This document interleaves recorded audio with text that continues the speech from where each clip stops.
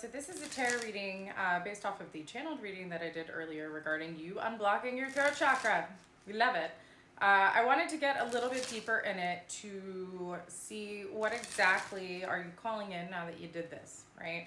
We close the cycle, things happen, what cycle are you going into? So let's get into it. If you feel called to stay, please stay.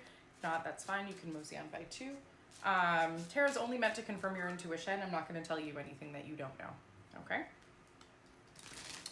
So we're going to do some oracle cards first, and then I'll get into the tarot. So for this collective, you are unblocking your throat chakra, okay? You could have very likely in the past been someone that either would over-explain or you'd under-explain, right? Also for this collective, you are incredibly sure of who you are. And so this has been attracting people to you, positive and negative, that either people love it or they hate it, right? There's a very thin line between that. But you're really getting to this point of unbothered, like you planted your last fuck, you pulled it out of the ground, and now you're like, all right, what's next? I have safe travel in this deck at the bottom, so this is showing me that you are moving forward, you're in this transition energy. And with castaway negativity, you know, there's no surprise to me that there's a snake on this card, where it's you're unshedding these old versions of you. You're also kind of like, I don't know why it's reminding me of the Toy Story quote, there's a snake in my boot. You're picking up on this, right? So you could be somebody who is public facing, you could be in a community of some kind, or do social media content, something like what I do.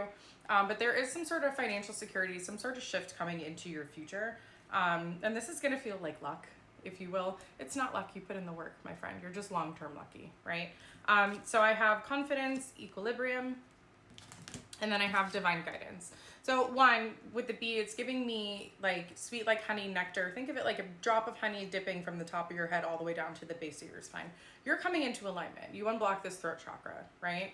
And with the equilibrium, it's giving temperance energy, which is, you know, being able to kind of pour one cup into another without it spilling anymore. You have like one foot